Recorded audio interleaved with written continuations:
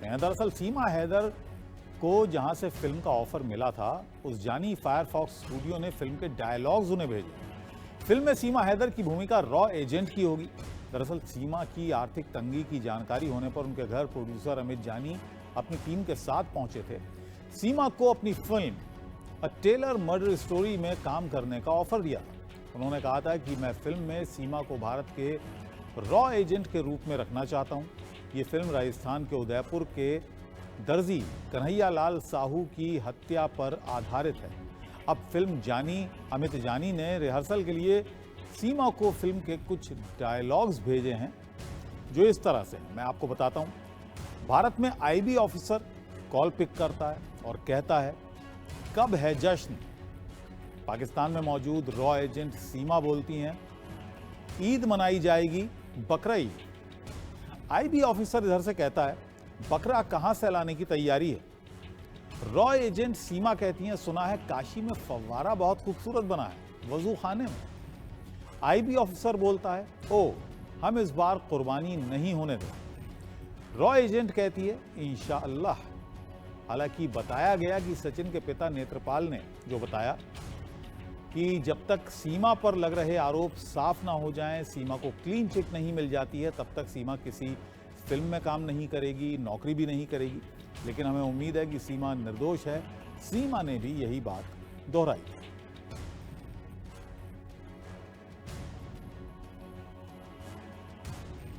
तो ये तो तस्वीरें हैं जब फिल्म के प्रोड्यूसर सीमा से मिलने पहुंचे थे।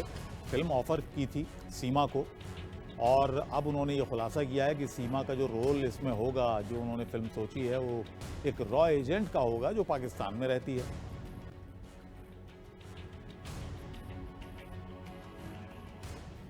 जानी जी ने ऑफर दी है मुझे, तो वो मैं एक्सेप्ट करूंगी, पर पहले क्लीन चिट आ जाए उसके बाद। धन्यवाद। जानी जी ने ऑफर दी है मुझे, तो वो मैं एक्सेप्ट करूंगी, पर पहले क्लीन चिट आ जाए उसके बाद। धन्यवाद। जानी जी ने ऑफर दी है मुझे, तो वो मैं एक्सेप्ट करूंगी, पर पहले क्लीन चिट आ जाए उसके बाद। सीमा हैदर पर ग्रेटर नोएडा के रबूपुरा के लोग क्या सोचते हैं? क्या जो लोग उन्हें पाकिस्तान भेजने की बात कहते थे, उनका दिल कुछ पसीजा है? सचिन को लप्पू सा सचिन कहने वाले अब क्या चाहते हैं, आपको सुनवाते हैं। मिथिलेश जी, सचिन सीमा का विवाद आप लगातार देख रहे हैं, उसके खिलाफ बोल भी रही हैं। अभी तक इस पूरे विवाद को आप कैसे देखते हैं? देखो भैया, मैं तो ये सारी फ्रॉडगिरी मानती हूँ, क्योंकि इनका कहना है कि प्यार में आइए। पहली बात तो प्यार व्यार तो कुछ है नहीं, क्योंकि एक आदमी अगर यहाँ पे दुखी है तो वो दूसरा बंदा ऐसा देखेगा, प्यार भी करेगा, तो जहाँ पे उसको थोड़ा तो सुख मिलेगा। इसने घर देखा नहीं, इसने मकान देखा नहीं, दुकान देखी नहीं, लड़का वो लड़कों में लड़का नहीं, लप्पू सी सिकल है, झिंगुर तो छोरा है वो, हैं बोलना वहाँ पे आवे ना, बोल वो पावे ही ना बिल्कुल भी। जब बोलने की कोशिश करेगा तो वो रोक लेगी, ठीक है। बाकी मुंह पे हाथ फिराना ये कोई प्यार नहीं है। और इसने दो शादी कर ली, तो वो क्या बिना प्यार के रह रही थी? 4 बच्चे कर लिए। अब यहाँ पे सुन रहे हैं कि फिल्म इसको दी जा रही है कि इलेक्शन लड़वाएंगे बीजेपी, तो ये तो हमारे बच्चों को बिगाड़ने का काम कर रही है। इसके क्या 4 हाथ पैर हैं? हमारे इंडिया में लड़की नहीं है, क्या नहीं है हमारे हिंदुस्तान में, जो इसको बाहर की कल की आई लड़की को, जो कि ये फिल्म का भी ऑफर दे रहे हैं और सैलरी भी बता रहे हैं 60,000 रुपये घर बैठे मिलेगी इसको, किस चीज़ की? मिथिलेश जी, हम शुरू से देख रहे हैं कि सचिन सीमा के विवाद को अब लगातार दुनिया के सामने जा रहे हैं कि गलत है कहीं ना कहीं। 4 बच्चों की मां अगर पाकिस्तान के सीमा से निकलकर भारत आ रही है। एक जो बातें मैं आपसे पूछूंगा, ये जो आपने सचिन को झिंगूर लप्पू सा, इसका झिंगूर का मतलब क्या होता है आखिर? कहीं हमारे जो व्यूवर्स थे उन्होंने पूछा झिंगूर का मतलब, आप उनसे जरूर पूछेगा, क्योंकि हर कोई आज इसको लेकर वीडियो बना रहा है। झिंगूर का आखिर मतलब होता क्या है? झिंगुर का मतलब होता है, जैसे अब बारिशों का टाइम है तो कीड़े हो जाते हैं छोटे छोटे, कॉकरोच टाइप, सफ़ेद सफ़ेद, उनको झिंगुर कहते हैं भैया। और ये लड़का आप भी देख रहे हो, इससे आधी उम्र का है, नॉर्मल सी बात है। अपने बच्चे की उम्र के से ये प्यार कर रही है, अफेयर कर रही है, और इसको देख देख कर बड़े बूढ़े बच्चों में फीलिंग अलग ही आ रही है। क्योंकि बच्चों का अंदाज देखिए आप, बुजुर्ग कह रहे हैं जिनके मुंह में दांत नहीं है, जो कहते हैं मराठन में जाने को तैयार बुढ़ा हो, बस। और वो भी यूँ कह रहे अरे आ गई प्यार में कोई बात ना। ये प्यार की कौड़ियाँ बड़ी भरी जा रही है भैया। सीमा ना हो गई का बवाल हो गई, सभी प्यार करेंगे वासु। अच्छा, एक बात समझ नहीं आ रही, वहाँ जो भी गाँव, जो सीमा सचिन के गांव के लोग आसपास, वो कह रहे हैं कि शादी हो जाएगी यहीं रह लेंगे, कोई दिक्कत नहीं है, प्यार में तो लोग चले जाते हैं। मतलब प्यार को इस डेफिनेशन से उन्होंने तब्दील कर दिया। ठीक है, शादी हो जाएगी, अच्छी बात है, रख लेंगे, कोई दिक्कत नहीं है। एक तो ये हैदर के 4 बच्चों को लाई है, ठीक है। दूसरी बात, ये गैर कानूनी तरीके से आई है। इस बात की कौन गारंटी ले रहा है, इसके मोहल्ले का या इसके घर का, कि इसके साथ और कोई नहीं आया? गारंटी ले रहा है कोई? कल को कोई बात बन जाए, हम कहते हैं सीमा बिल्कुल निर्दोष है, वो जासूस नहीं है, लेकिन इसकी क्या वो है कि हाँ जी ये अकेली आई है। जब ये 4-5 जने बॉर्डर आराम से फांग के आए तो इनके साथ और भी तो हो सकते हैं। हमारी जांच एजेंसी को क्या पता? जब हमें खुद नहीं पता, यहाँ पे 2-2.5 महीने बाद पता पड़ रहा है, तो क्या पता पड़ रहा है किसी चीज़ का? ये तो बताइए, इस बात की गारंटी कौन ले रहा है? इस वक्त मैं मौजूद हूँ ग्रेटर नोएडा के रबूपुरा गांव में। रबूपुरा गांव आज जो फेमस हो रहा है और जो दुनिया इसको जानने को है और अब गूगल पे ट्रेंडिंग कर रहा है। क्यों है ट्रेंडिंग कर रहा है, ये भी हम आपको बताएंगे। दरअसल सीमा हैदर रबूपुरा गांव में रह रही है, और जब सीमा हैदर पाकिस्तान से जब यहाँ आई तो लोगों को पता चला कि जो सीमा हैदर है गलत तरीके से रबूपुरा गाँव में रह रही है। तो अगर इसका सबसे पहले किसी ने विरोध किया तो वो है ग्रेटर नोएडा की गीता भाटी। उन्होंने इसका विरोध किया और ये कहा कि गलत तरीके से कोई भी इंसान, चाहे वो महिला हो चाहे वो पुरुष हो, कोई भी ग्रेटर नोएडा के रबूपुरा में नहीं रह सकता। और हम आज गीता भाटी की आवाज़ पे हैं, उनसे बात करेंगे आखिर कैसे उन्होंने ये लड़ाई शुरू की और किस तरीके से उनको अंजाम दिया। भाटी जी, इंडिया न्यूज़ पे आपका बहुत बहुत स्वागत है। जी धन्यवाद भाई, नमस्कार भैया। भाटी जी, ये बताइए, जब आपको पता चला कि जो सीमा हैदर है 3 महीने बाद यहाँ रबूपुरा गांव में रह रही है, 3 महीने तक किसी को पता नहीं चला, ये लगता कि जो उसके पापा हैं, जो उसके परिजन, वो सब इस झूठ को छुपा रहे हैं, तो किस तरीके से आपको पता चला और कैसे आपने इसकी आवाज़ उठाई?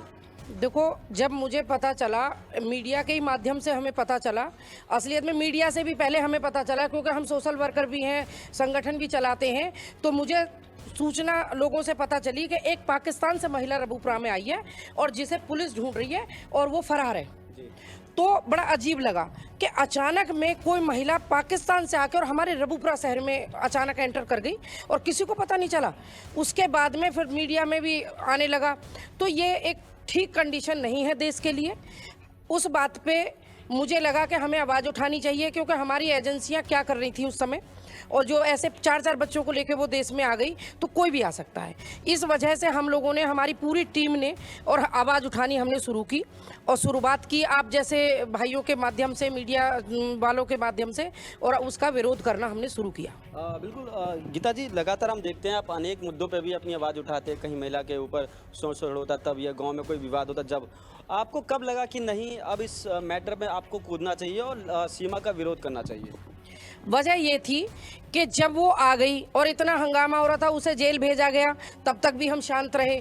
उसके बाद में उसका मीडिया ट्रायल चलता रहा और कुछ मीडिया बंधुओं ने ही मुझे फ़ोन किया और कहा कि आप कहाँ हैं भाटी जी, आप तो हर चीज़ में आवाज़ उठाती हैं, आप आइए, आपके यहाँ पाकिस्तान से बहू आई है और आप स्वागत नहीं करेंगे। तो हमें बड़ा बुरा लगा।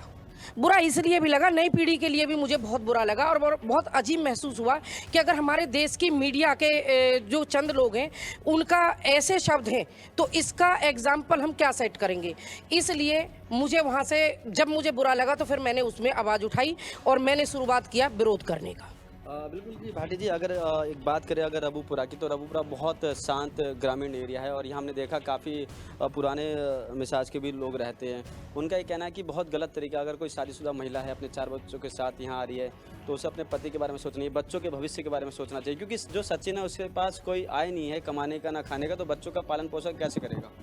देखिए, वो दौर तो अब चली गई है। सच बात है कि सचिन बिल्कुल एक मीडियम परिवार है, मध्य वर्ग परिवार, जो अपना खाने रोजगार का ही काम करता है और एक मजदूरी कर रहा था 6,000-7,000 की, और उसका पिता जो पौधा बेच के काम कर रहा था। हमारा ये एरिया बहुत शांत, बहुत अच्छा है। यहाँ हिंदू मुस्लिम सभी लोग बड़े प्यार से रहते हैं। दूसरी एक चीज़ ये भी है कि ये बैकवर्ड एरिया मान सकते हैं, भले ये ग्रेटर नोएडा हाईटेक सिटी माना जा रहा हो, लेकिन यहाँ ग्रामीण कल्चर है। यहाँ बहुएं घर से बाहर नहीं निकलती हैं, बहुत कम निकलती हैं। मैं खुद एक ऐसे परिवार से आती हूँ जहाँ मैंने 8 साल पर्दे में गुजारे हैं, लेकिन मेरे परिवार ने मुझे सपोर्ट किया और मैं आज यहाँ हूँ। लेकिन अच्छे लोगों के लिए रास्ते भी खुलते हैं और गलत लोगों के लिए यहाँ पे गलत तरीके से देखा जाता है ऐसी महिलाओं को। सीमा को लेकर रबूपुरा में लगी इंडिया न्यूज की चौपाल में और क्या कुछ कहा वहां के लोगों ने, अब आपको वो सुनवाते हैं। सचिन का विवाद खत्म नहीं हो रहा। लगातार हम देख रहे हैं कि जो सीमा है उसको कई तरह के ऑफर आ रहे हैं फिल्मों में काम करने के, या बिजनेसमैन एक गुजरात के हैं उनको ये कह रहे हैं कि आप हमारे आइए, हम आपको 50,000 रुपये सैलरी देंगे। वहीं इन सब बीच देखिए रबूपुरा की जनता, रबूपुरा की महिलाएं, रबूपुरा के जो युवा हैं वो क्या कहते हैं, हम उनसे ही बात करेंगे। क्योंकि देखिए जब से सीमा सचिन का विवाद सामने आया है लोग कई तरह की बातें कर रहे हैं, लोग उनका विरोध कर रहे हैं। ज़्यादातर लोग ये कह रहे हैं ये कोई सही तरीका नहीं है पाकिस्तान से भारत आने का, और लगातार इसका जो विरोध है वो चलता आ रहा है। चाहे हम युवा की बात करें, महिलाओं की बात करें, बूढ़ों की बात करें, हर कोई इसका विरोध कर रहा है। कह रहे हैं ये गलत तरीका है। जो सीमा है अपने 4 बच्चों के साथ पाकिस्तान से भारत आ रही है, तो ये कैसे यकीन से कह सकते हैं कि बस बच्चे ही हैं, उसके साथ कुछ और लोग भी शामिल हो सकते हैं जो पाकिस्तान से भारत आए हैं। हम सीधा लोगों से बात करेंगे। भैया क्या नाम है आप? जी मेरा नाम शाहरुख। शाहरुख जी, ये बताइए जो सीमा हैदर है अपने 4 बच्चों के साथ भारत से अब यहाँ रह रही है, अब उसे फिल्मों का भी ऑफर आ रहा है, अब आपके दिमाग में क्या चल रहा है? भैया हमारे दिमाग में तो ये चल रहा है कि ये बहुत गलत हो रहा, क्योंकि और ये हमारे हिंदुस्तान में बहुत गरीब हैं आदमी जिन पर कोई सहायता ना, गरीब भूखे प्यासे मरे, वह भी न भी दो जो इन्हें दे रहे हो। बाहर विदेश दूसरे देश के तुम दे रहे हो, जो अपने देश के भी न दो, दूसरे देश के क्यों दे रहे हो? इतने जितने अपने देश के भी दो, वो भी तो भूखे हैं। काफ़ी लोग हैं जिन्हें रोटी सुनौती सांझ की। अंकल जी आपका आधा अमरूद रह गया, आधा आप खा गए, ठीक है, पढ़ाई भी की होगी सब कुछ, मगर कभी सचिन जैसा हुआ आपके साथ कि आप गेम खेल रहे हैं और कोई लड़की आपसे बात करना हो, ये कह रही हो कि मैं अपना घर छोड़ के आपके पास आ रही हूँ? भैया सचिन का हमारे साथ हम पे तो कोई फोन ही ना करे, जन हमारे शिकल देख के पता पड़ जा, जन जो पता पड़ जा कि हिंदुस्तान को हिंदुस्तानी है। भैया हमें तो अपने देश से प्यार है, हमें पाकिस्तान से प्यार थोड़ी है। एक महिला जिस पे 4 बच्चे हों, जिसने 2 शादी करी हों, जो वो वहीं की सगी ना हुई, ना अपने देश की सगी हुई, ना अपने बच्चों की सगी हो रही, तो वो कैसे इंडिया की सगी हो जाएगी? कैसे हम क्या चीज़ पे विश्वास करें? बिल्कुल। देखिए आप बताइए, आपने पढ़ाई की होगी काफ़ी चीज़, कभी ऐसा सुना था कि कोई 4 बच्चों के साथ महिला दूसरे देश से, जो हमारा हमेशा विरोध करता है, सैनिकों को लेकर बयान देता है, उसकी महिला भारत आती है और वो ग्रामीण कह रहे हैं कि आने दो, कोई बात नहीं, महिलाएं वो ठकुराइन बन गई है? भैया बातों से तो कोई ठुकरान नहीं बनता, और ये प्यार व्यार नहीं है, ये खूबसूरत धोखा है जो पब्लिक को पागल बनाया जा रहा है। खूबसूरत धोखा, ये नया शब्द है, ये इसका मतलब क्या समझे? खूबसूरत धोखा ही है। 4 बच्चों के साथ प्रेम होने लग जाए सबको, तो सभी करेंगे ना। प्रेम यादों से होता है, प्रेम वादों से होता है, प्रेम भागने से नहीं होता। अगर सीमा हैदर को प्रेम था तो सचिन जाता लेने, सीमा हैदर खुद थोड़ी ना भग के आती। और इससे ज़्यादा भैया क्या कह सकते हैं, जो करेगी सरकार करेगी। इतने दिन हो गए। इन्होंने एक नया शब्द का खूबसूरत धोखा। आप बताइए सीमा, अब तो फिल्मों में काम करने वाली है। फिल्मों में मुझे यही तो कहना है अमित जानी से कि क्या सोच के इसको आपको फिल्म का ऑफर दिया। शक्ल देखिए उसकी सीमा की, जैसे जंगली चुहिया, दीवार पे चुपकी हुई छपकली, झिंगुर सी, वो झिंगुर सा ये छपकली है ना, मैंने और छिपटी सी, हमारे यहाँ जैसे खेतों में छलाए छोड़ देते ना, उस तरह की तो वो दिखती है, सुपर घासी नाक की दिखती है वो। क्या सोच के दिया उन्होंने, अमित जानी ने उसको ऑफर। अगर ऑफर ही देना था किसी को तो उसको दो ऑफर, जो क्या कहते हैं जिनके घर में एक टाइम का खाना बनता है और एक टाइम का नहीं बनता, उनकी ज़िंदगी बनाओ। इन भागने वाली औरतों की क्यों ज़िंदगी बना रहे हो?